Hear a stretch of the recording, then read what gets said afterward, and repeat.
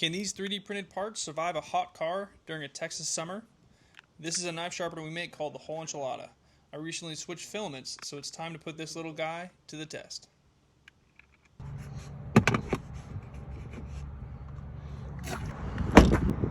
It's 92.5 right now. Let's see what it gets up to.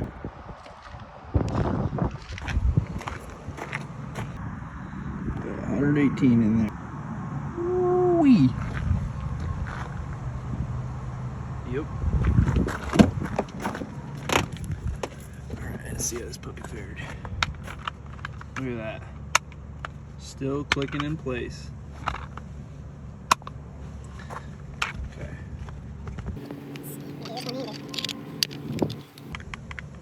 Still retention on our flipper. Comes right out. Straight in. There we go. That there's the Whole Enchilada, surviving 118 degrees Fahrenheit. No problemo. Listen to it. There you go. Clicks every time. And it was 1:13 in the afternoon. And right now, I just took it out a few minutes ago. It is almost 6 p.m. So you can see where the sun is.